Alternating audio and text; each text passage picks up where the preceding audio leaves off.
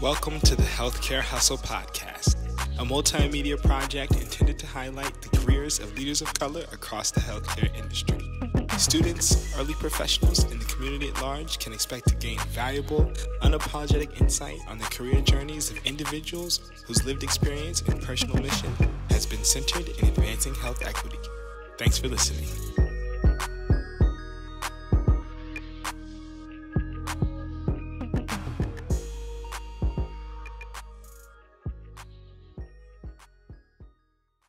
What's going on, everyone? Welcome to the Healthcare Hustle Podcast.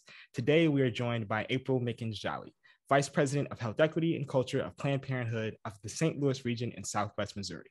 April, welcome to the show. Thank you so much. April, for everyone listening, where does your story begin? I want to start at the beginning. Definitely have to talk about where and how I was raised.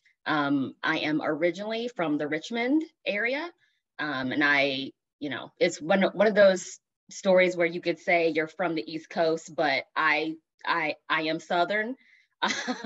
Richmond is kind of at that point where if you live north of Richmond, you might not say you're from the South, but if you're from Richmond or further south, you are definitely Southern. And it was an interesting place to grow up because much like St. Louis, it had a lot of history. A lot of it was centered around anti-Black racism. There were Confederate statues everywhere, but I was able to benefit from the love and care of my family and our extended village, and just felt like I grew up in a really strong and powerful and affirming Black family. And when I left home to attend WashU for college, I was the first time really leaving home to spread my wings.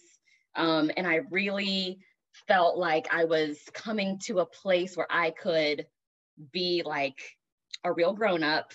But what I found was in St. Louis, being a college student at WashU, you're in this bubble.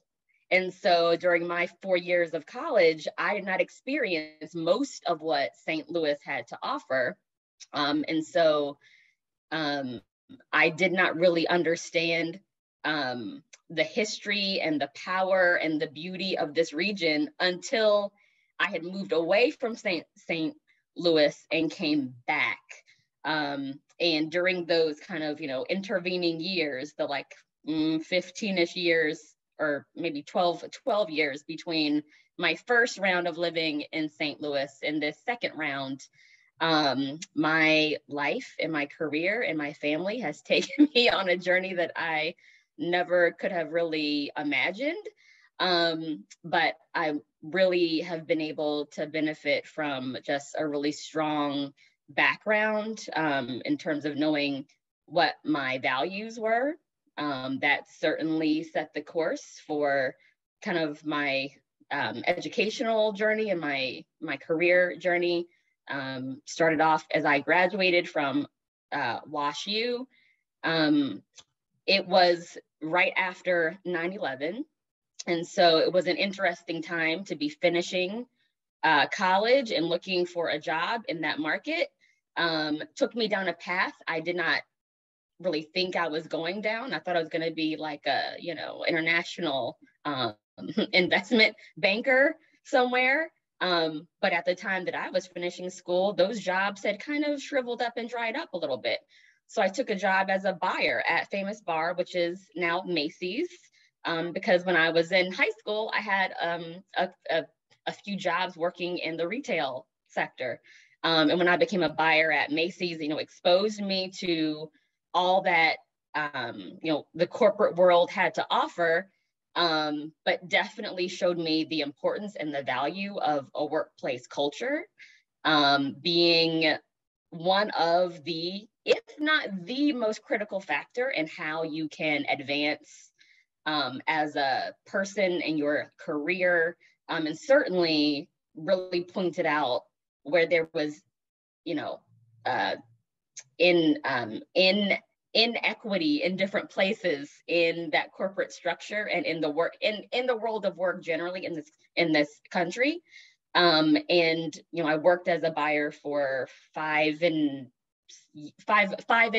years, and realized that although I was good at my job, I enjoyed it in many ways, it wasn't as meaningful for me personally as what I thought I wanted to do with the rest of my career and my life. And that's where having the partner that I have, Ndwele, who at the time was working clinically, was, you know, really saw me struggle with what I should do next and said, hey, have you thought about working in healthcare?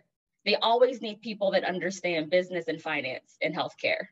Because I was thinking, well, I'm going to go back to school and get my master's in business and I'll figure out what I want to do. And he's really the one that said, you should really look at where your values are. You want to help people. You want to feel like you're giving back. Do that in the healthcare sector. So that's what led me into healthcare. I never thought about working in healthcare. I grew up with folks in my family who were nurses and rad techs and lab techs. And I thought, if you work in healthcare, what immediately came to mind was being patient facing, touching a patient, caring for a patient. That is not my strength. And I always knew that.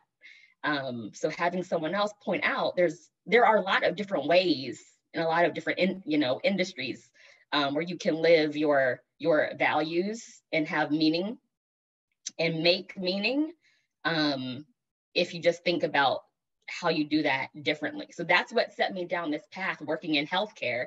And as I worked in healthcare, I was seeing it through different roles. There are some lessons to be learned from the retail world that we can apply to healthcare in terms of how we view both our patients and clients and our staff through the lens of the customer, and what are we offering people, and are we adding value to people, and is this experience that we're offering, whether it's for our internal staff or our patients, is it one that people want? Is it what they're asking for? And in kind of doing that work and asking those questions, that's really where I came to a place of, understanding more the impact that racism and, ableism and sexism has in all of the systems that are built to support what we know as our healthcare system, both on a national level and a local level. So in a nutshell, that's how I got interested in the work that I am leading now. But certainly also as a patient, as someone who has given birth, who has experienced the healthcare system in different ways. You experience it and you see it and then you work in it, and it makes you want to make sure that experiences for other people are better.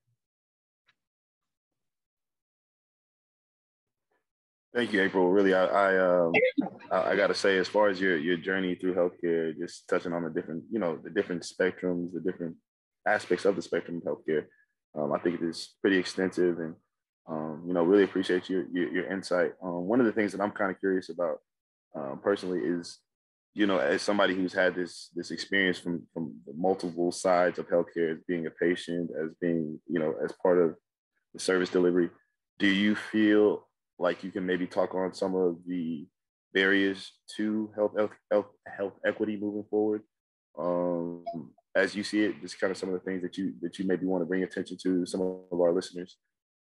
Certainly. So when I think about health equity, I think about what are the drivers of health equity, right? And it's both the systems that our healthcare delivery system is built on, but not just healthcare, right? Because we know your ability to get access to care is dependent on many other factors that are usually outside of the healthcare delivery system.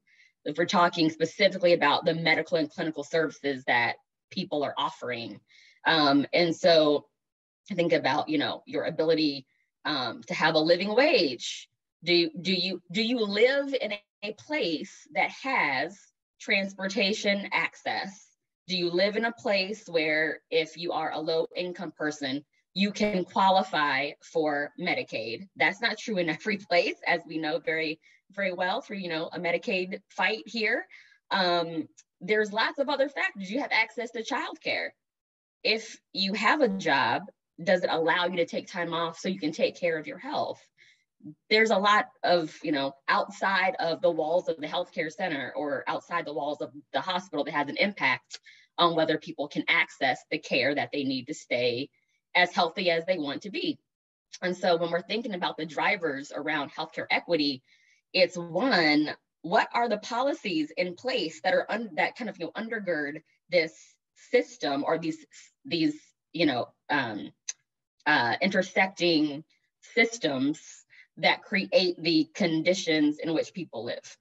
So that's really the bottom line. What is the vision that we have or that we want to have for what an equitable culture and country and state and neighborhood is going to look like? Because those are the things that actually can keep people healthy and give people access to what they need to stay well. The other thing is, are we listening to people when they say, this is what I need? that is a big driver that I think our culture, we don't value often voices of people who are brown and Black. We don't value voices of people who have lower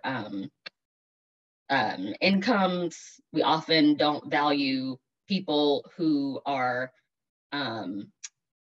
not housed or don't have access to stable housing. I mean, you look at all of the ways in which we devalue people. And if we ask people, well, what do you need so that you can get access to the things that you need to be healthy and well, and then we don't offer them, well, we're baking in inequity to every aspect of our system.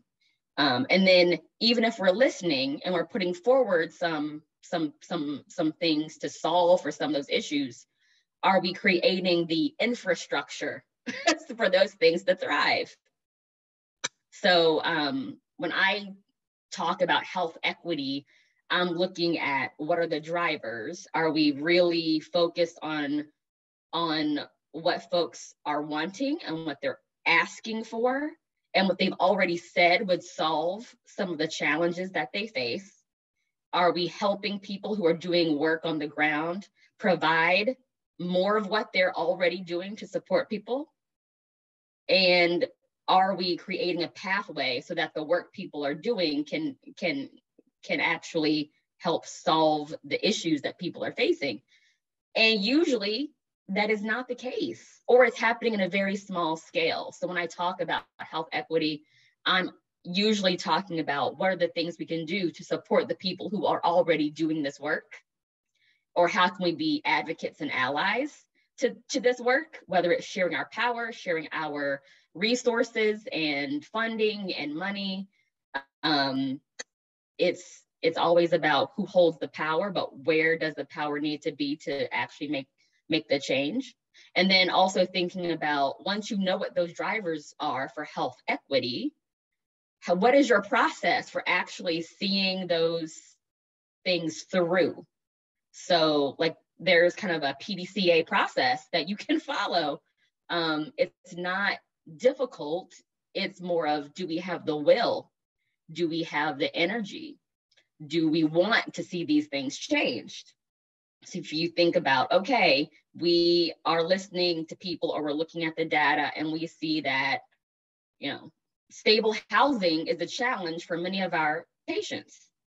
Let's ask people what the challenges are in gaining access to stable housing. Once we hear what folks are saying, and then we assess what is our place, what is our role as this institution to help folks change what is happening. What can we do, and what are we willing to put forward in terms of the resources, support, the money, the funding towards helping to solve this problem? Is it a policy, big P, little p? What's our place? How do we design a program or a service that takes into account what community is telling us, what patients are telling us the need is? How can we support it in a way that honors what people have told us they need? Once we implement whatever this new service or this program is, how are we tracking data on it? How do we know it's really answering the call and answering the question? And are we observing both the quantitative and the qualitative feedback to know that we are on the right path? And if we're not, how do we make corrections using the data and the feedback that we're getting?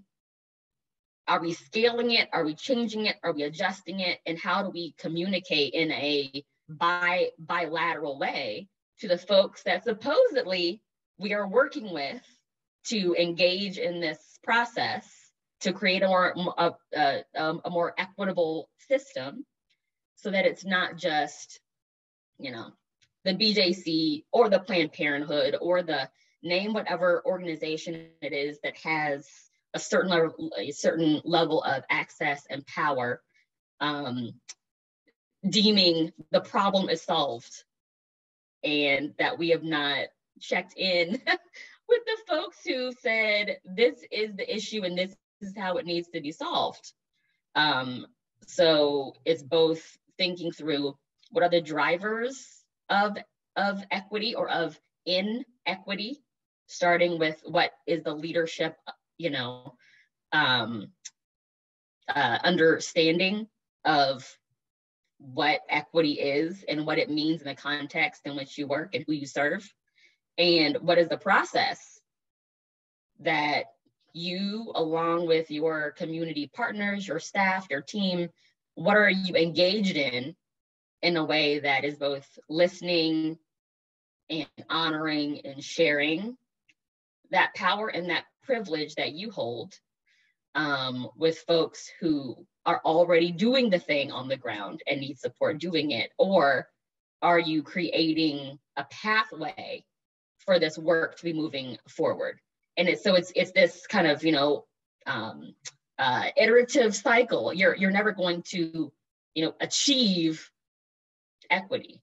You can advance it, and you might get very, very close to achieving equity in every sense. But given where we are, given the history of living in America, the ongoing racism, the colonialism, all of the isms, we are in a journey and a process. But I do think that there is a way to go about this work with some rigor, in a way that you can really track what you're doing and if you're having an impact in the ways that you say you want to have an impact. So more than just saying we're committed to, what are we doing to demonstrate that we are going to do what it takes to make progress on equity goals? Wow, that was a very, very thorough answer. So I encourage everyone to save that clip and run it back anytime you're finding yourself in a ditch on any projects where you are trying to advance equity. Thank you, April. I want to go back to something you said, because I think we have an amazing opportunity to hear from a cohort of leaders that we really haven't heard from yet. I think people kind of in your age range, in terms of graduating right after 9/11. That really is interesting to me. Number one, because you were able to get a job with just a bachelor's degree, which I guess would have been awesome. But, for me, and maybe Brandon, for yourself, graduating and finishing college in 2017 and entering healthcare in 2019, for me, I was actually shocked at how corporate of an environment healthcare was. I was not expecting it to be like any other standard business. So that's the first question I have for you. Just what was kind of, some of the lessons that you were able to take from your experience in retail and apply it to your journey in healthcare? And then this is a little bit more of a loaded question, my second question, but I'm a little scared sometimes when I hear healthcare execs or CEOs of healthcare systems say that they want to be consumer centric. And because the way that I look at it is, on the retail side, I almost feel like the profit or the direct outcome of consumer centricity ultimately is profit for companies. And on the healthcare side, I think we could say the same thing, but we want to make it be different. And I just wonder, how do we strike that balance living in this capitalistic society? Yeah. Well, first, so to answer the first part of your question around just the corporate nature, right, of working in healthcare with a big H, because I hear what you're saying, and so yes, I was fortunate one to get a full-time job, really working anywhere, before I was finished with school. So I had my job lined up before I was a graduate. I consider myself extremely lucky and blessed, but the fact that I worked every summer, and actually worked during college a lot too, really gave me a leg up. So I would tell folks who are either in college or considering going to grad school, or in grad school, even if you're in a program that doesn't require you to work, you should think about that. You should really think about that, because that kind of practical, like I had been in management, working at a theme park, like a retail store at a theme park when I was in high school. And surprisingly, to me, it makes sense now, but that gave me a leg up on some of my other classmates who were also looking at a similar job. So, experience and demonstrating you have a skill set, it does matter no matter what stage you are, whether you're entry level or not. And having people who are willing to speak up for the fact that you have that skill set when you need a reference, matters. As far as working in healthcare with a big H, when I was a student, I went to a program. I was attending the dual Master of Business and Master of Healthcare Admin program at Georgia State. The program was excellent, and one of the only ones that allowed people who worked full time to also go to school, which was key to me, because by that time I was married, I had a mortgage to pay, I had a car note, like I had some student loan debt from my time as a undergrad, and I just did not want to take on tons and tons and tons of debt to go to graduate school. And so I was going to work, but at Georgia State, they said, we don't require it, but we recommend very highly, very strongly that if you're not working full time, that you at least work like 20 hours a week. And that was a little different. This was like 2007, 2008-ish. I graduated from that program in 2009. So we were in the midst of another rocky time, but healthcare as an industry was still growing. And there were still residencies and fellowships and internships, more so than there are now then.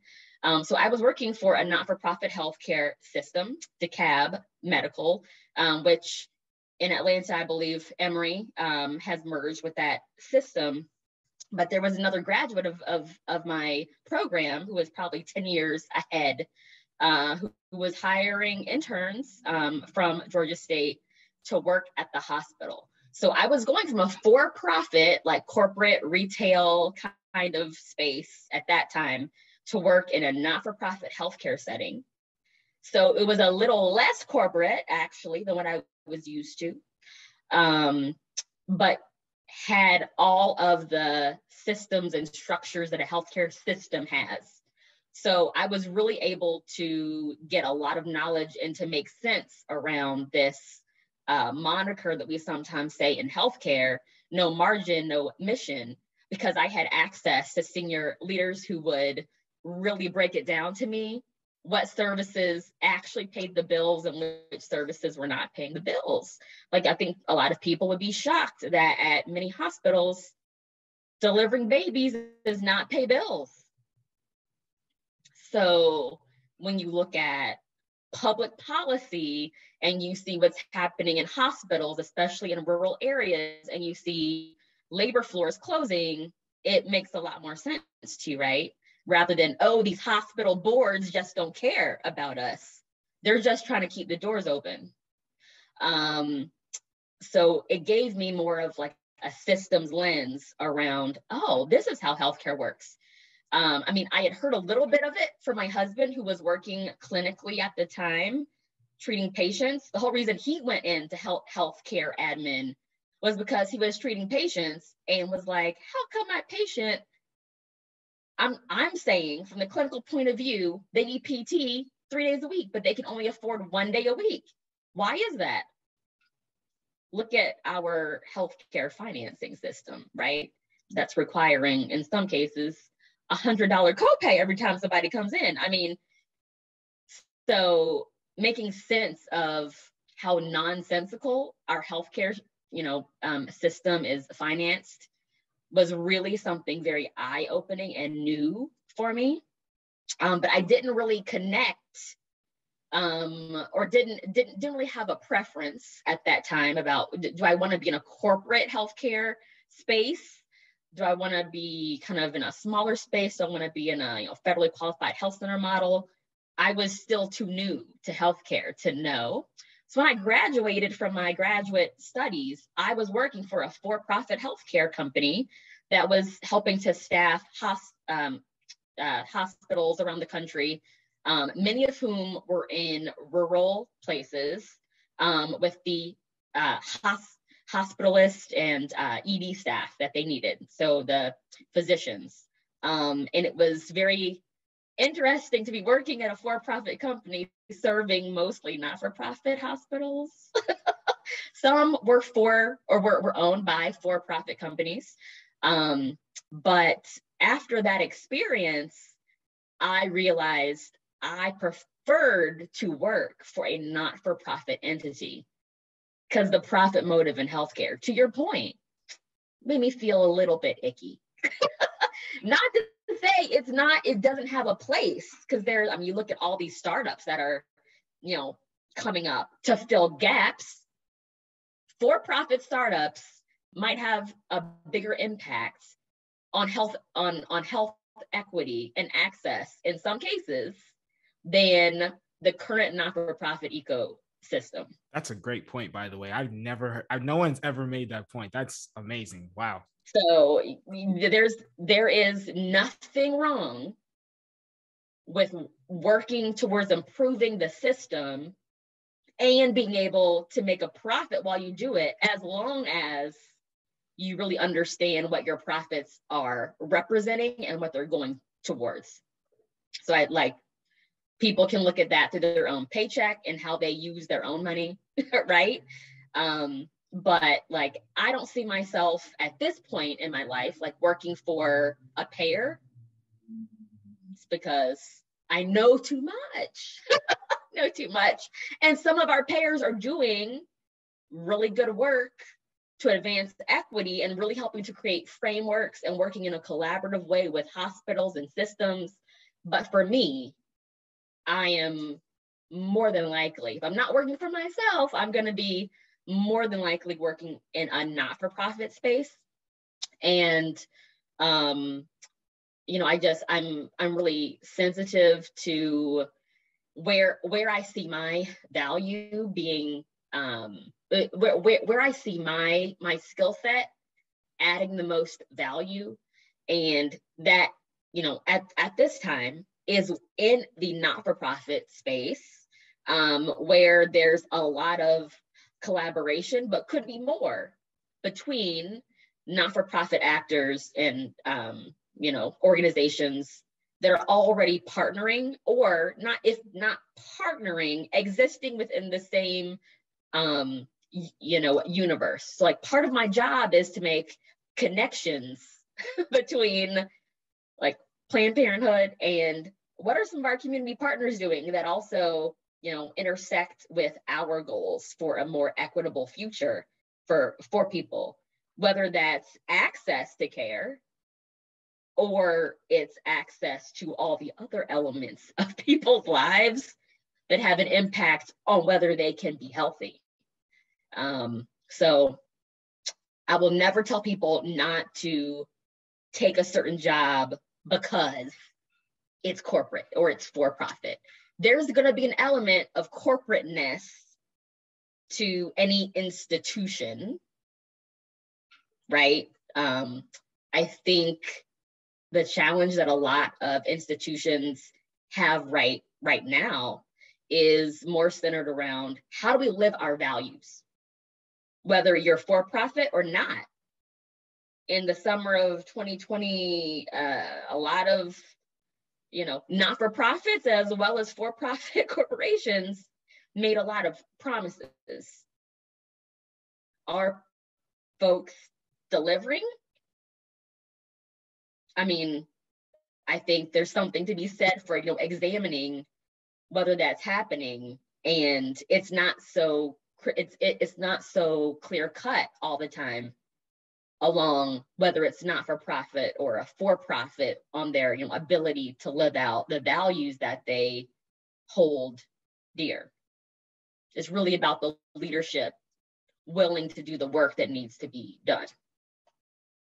Yeah, I think it's back to what you initially said, the will. You said that early on, the will of an organization in terms of achieving equity. I want to, and Brandon, I know you came off mute, but I did want to go ahead and get one more question in there because you also mentioned at the beginning, just your background in terms of your identity and race and coming from a very proud, strong, background in terms of, African-American heritage, history, legacy. Richmond is a very historic place, very chocolate place, I would add as well. I'm from Philly, so been around the VA area a little bit. So how has your identity as a Black woman, a Black mother, a Black woman who's a professional in these environments, who is a leader, who has higher titles than most in many ways, just carrying this mantle of responsibility and having this mindset. How has that been for you throughout your journey? Yeah, it's so funny you should ask this. I was just chatting with somebody else about this who has just taken on a role where they are the first to have this role. It's a leadership role. And what does that represent? And sometimes people represent things even though they don't want to. It's like it's a lot of pressure to be the first or to be the only or to be one of few. I grew up at a time in a place where there were, I grew up in a town where my entire extended family was very close by. So like, don't try to date anybody in town. They're probably a distant cousin kind of thing. Just like outside of Richmond proper. And when I got into high school, I actually had applied to like a magnet school that pulled students from, variety of different counties. So I went to a school that was less diverse than the community that I was living in, or that, I wasn't seeing people that looked like my family all the time. And I was, one of a few. And then I get to WashU and I'm one of a few. Like there's a pattern here. At one point, my parents, my dad had worked 2 jobs for 25 years, probably. And my mother was a teacher, but he had bought some land and they had built a house on it. And we were the only Black people on this street for many years. many years. And I always think back to how that had an impact on my, ability to withstand the, like, what does it mean to be the only or the one of the few, or what does it mean when you have to stand in that gap, honestly, until someone else comes along that you can kind of buddy with. And that's been kind of how my entire life has been at many times. And I see myself as hopefully a role model in some ways, in that I always want to bring someone with me. My goal is not to arrive at a place, excuse me, and then stay there. I feel like I'm at the point, I'm 42 now. I feel like I'm at the point of my life and my career where I try not to take it personally. Like, people are sometimes looking to me to solve the problem. Like, I am like in the role that I'm in now, right? I lead strategy around DEI, health equity, public health impact, organizational culture, organizational excellence. That doesn't mean I have to do all the things. My job is to lead strategy. That means I help create the conditions that allow us to do this work. So I see myself as creating pathways for folks who are underrepresented, underinvested, underestimated, to be able to take a similar pathway if they choose. But that's one of the other things that what really attracted me to this role, is because what are the barriers we often see that keep us in this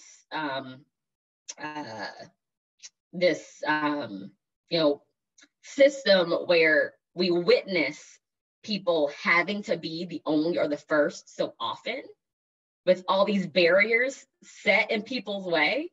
Like, if I can remove barriers to people, if I can show people a pathway, if I can create a pathway and then help others bring allies and advocates along to help keep those doors open, that's what I want to do.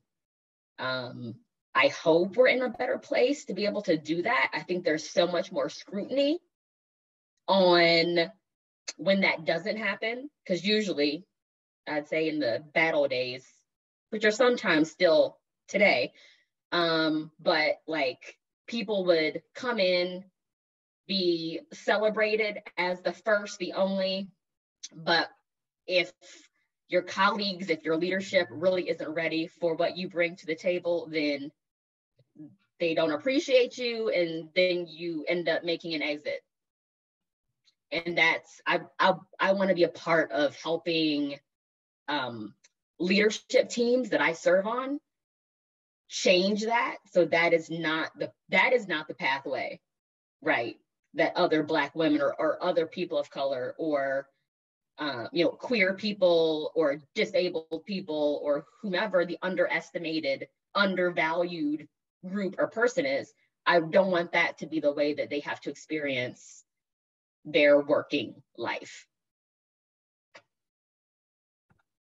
That's really well said. Thank you, April. I appreciate it. I know we're running pretty close on time, but I did want to ask, because you touched on a couple of different things along your journey is in regards to identifying your gift and your skill set. And coming from a business background myself, I'm curious for the listeners who are maybe in the stages of maybe just the early stages of their career, or maybe even just switching industries to the healthcare field. What are some of the skill sets that you've seen as a leader, as part of a team, or even just kind of stepping into the healthcare field for the first time?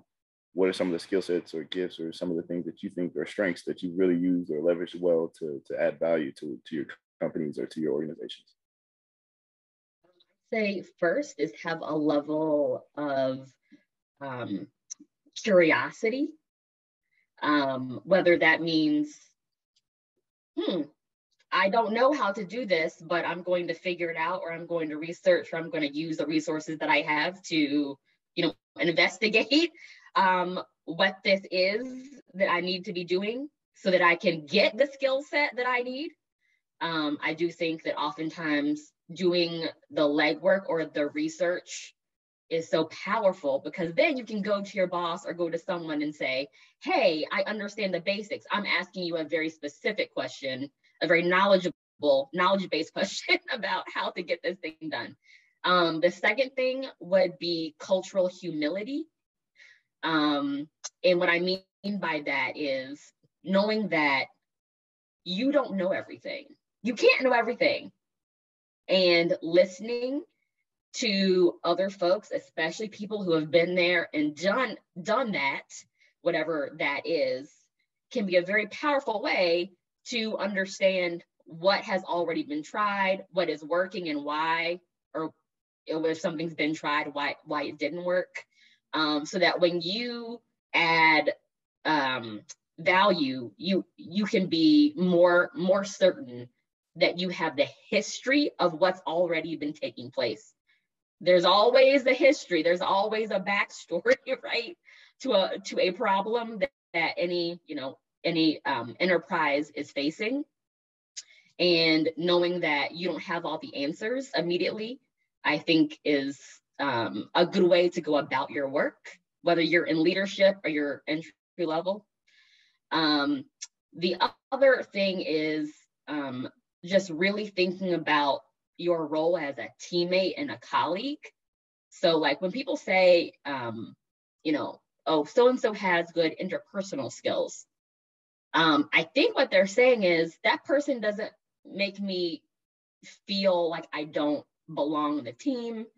That person asks me what I need and tries to, support me in my work. That person feels like they are vested in me doing well. Like when I hear interpersonal skills, I'm thinking this is someone who really understands the basis for building really strong relationships. And when you learn that you have to be human before you can get this transactional thing done, it will help you in every sense of the world. You'll be able to get things done sometimes that no one else has been able to do because people want to help you. And that's very powerful, especially when you're dealing with things that can feel really tough, or you're under like a deadline, or you're in the middle of a crisis. Relationships matter the most then. And then the fourth thing is understanding how to read a balance sheet and understanding a budget. I've been extremely shocked at how many folks at every level don't have a basic understanding of building a budget, of like how to read a balance sheet, of what questions to ask, so they know if their business unit, whether you're in a for-profit or not-for-profit, there's a budget tied to your work, how you understand how your budget is built, how the resources came to be, and how it aligns with the strategy that your institution has, are very powerful things that, whether you've been in your role for 2 days, 2 months, or 25 years, are always going to be important things to be thinking about. Aligning your work to the strategy that your job is really focused on are really critical things. Wow.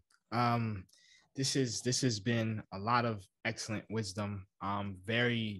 It's like sophisticated, but so easy to understand at the same time, which is good. And I kind of want to roll everything up that we've talked about into one and kind of address your work now, in your position as Vice President of Health Equity and Culture at Planned Parenthood, which obviously could have been a whole topic in conversation in itself. But I remember, before we actually started recording, I remember first seeing you, as I was saying, when I moved to St. Louis to take my fellowship at Barnes-Jewish Hospital, being at one of the NACI symposium events, and it was on maternal health. And I remember one of the things that was just so striking to me was hearing that Black mothers in St. Louis are 3 to 4 times more likely to die than their white counterparts. And one of the things that you said was cultural humility. It's really important to have that, you know, and to know that you don't think you know all the answers. And Brandon came here from Atlanta. I came here from Atlanta. So, you know, thinking that we kind of knew, we kind of seen it. Oh, you know, we're blickety black, we're radical, we know what to do. But then coming here and really being shell-shocked by just the immense challenges that Black moms in the state or in the region, the Boot Hill region in St. Louis, but of course, in the entire state of Missouri had. So with kind of our last, you know, question and however much time you want to take, can you just speak to maternal health, you know, your role at Planned Parenthood, some of the challenges that the state of maternal health is facing from a policy side, from a financing side, from all the different sides, and just how you see that field evolving over time? Yeah. Well, thank you for lifting that. Maternal health, especially for Black women, is a crisis point. And we just have to be honest about the roots of it, right? Like if we want to go all the way back, we can, you know, start to talk about the displacement of, you know, Indigenous people here and the lack of respect and value for people's lives that were already living on this land. Let's talk about the fact that hundreds of thousands of people were stolen from Africa and brought to North America and Latin America, and, you know, experimentation and torture visited upon Black women to create this new model of medical care we now know as, you know, gynecology.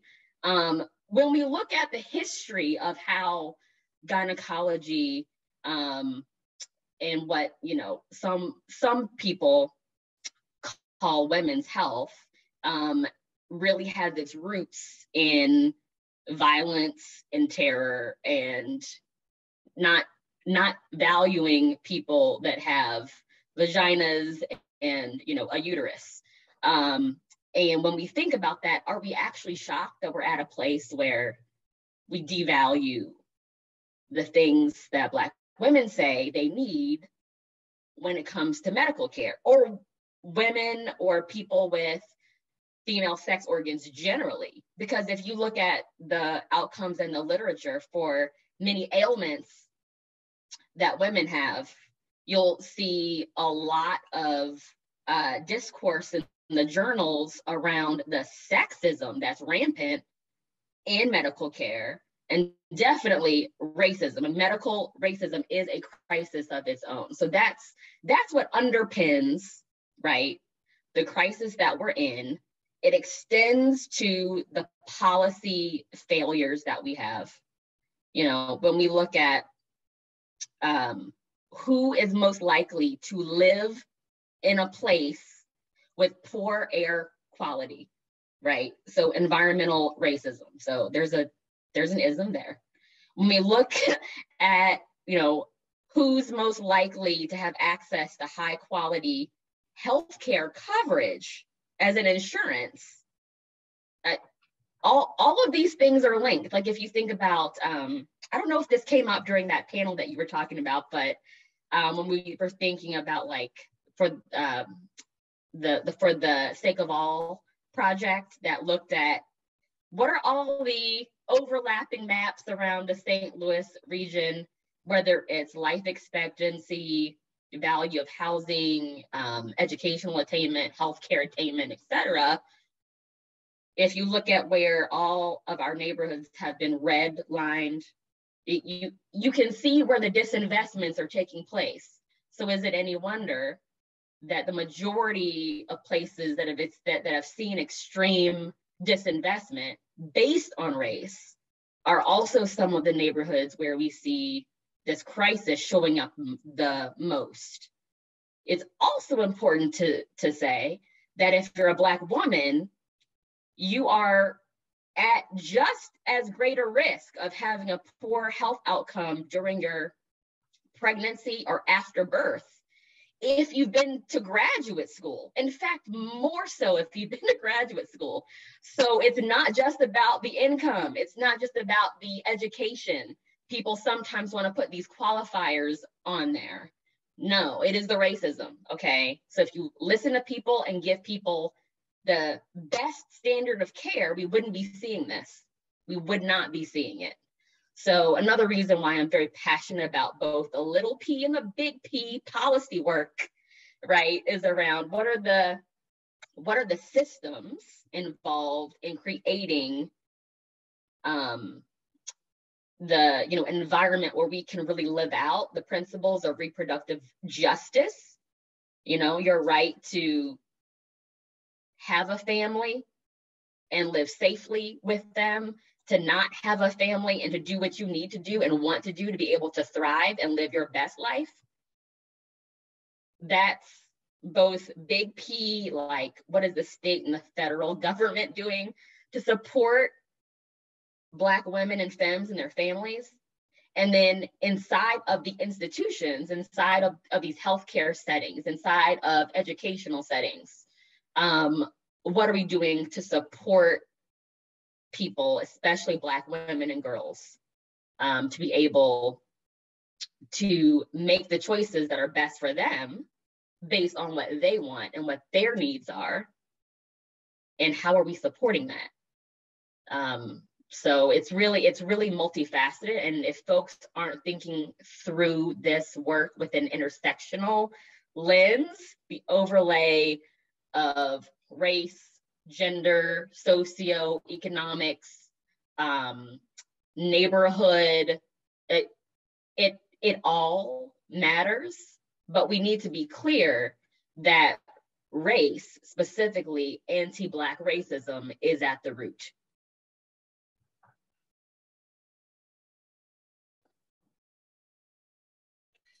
Yes, absolutely. Yeah, I think it's chilling when you really think about just the, regardless when you adjust for income, all these different things, and you look at the maternal mortality rate among Black women, and even going further, even as you were talking about the field of gynecology, and how that evolved, thinking about how there were never any physicians that could identify with Black women ever in this field for decades, centuries, if even, and it's chilling, right, to really think about it. And I think I appreciate you calling out both the big P and the little p, because I think that as an emerging healthcare leader, administrator, we don't see how much opportunity we have on the institutional level to really drive a lot of change, that little p level that you're saying.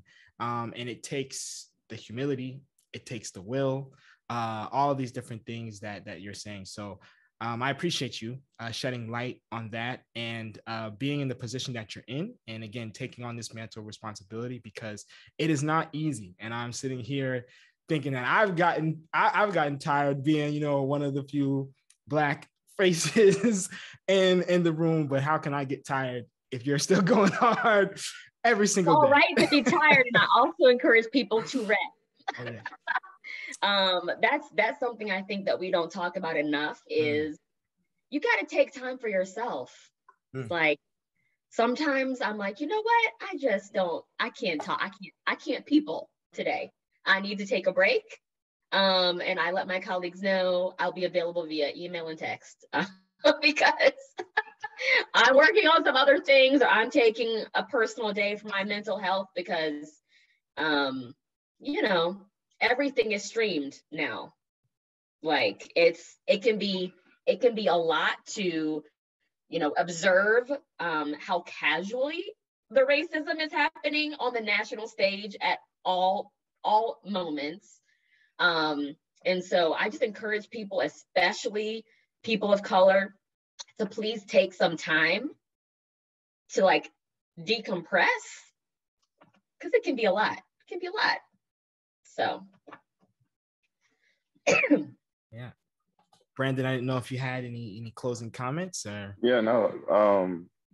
I think you both kind of touched on some really good points. Like Winston said, I'm from Atlanta. So when I came up to St. Louis, and I just kind of started to see the blatant health disparities. I was exposed to the report for Safe for All, and just seeing the different life expectancies between a block. It was a shock to me, and I realized And I think, Winston, you had said this to me, and this was a while ago, but you want to see the effects of Jim Crow on a modern day city when you would come to St. Louis. And with that being said, I'm almost motivated to do better, and I want to say thank you as well for somebody to be able to talk to somebody who's well ahead of us, who has a lot more experience, who's done a lot more to contribute to those health disparities. Thank you for being a motivation, and thank you for taking out time to speak with us. Thank you so much for having me. I am so flattered that you all would call me and ask me to join, because I was telling Winston before we got started taping, I'm just so thrilled that you all have started this podcast. I think it's a really great way to get folks thinking and talking more about, what it's like to be a person of color working in these spaces, and also what can we learn from each other, because I get a lot of energy talking to you all, and, observing the wins that you all have. Trust me, you have a lot of people behind you clapping and cheering and speaking your names in rooms when you're not even there. And so I want us to be able to do more of that for more people.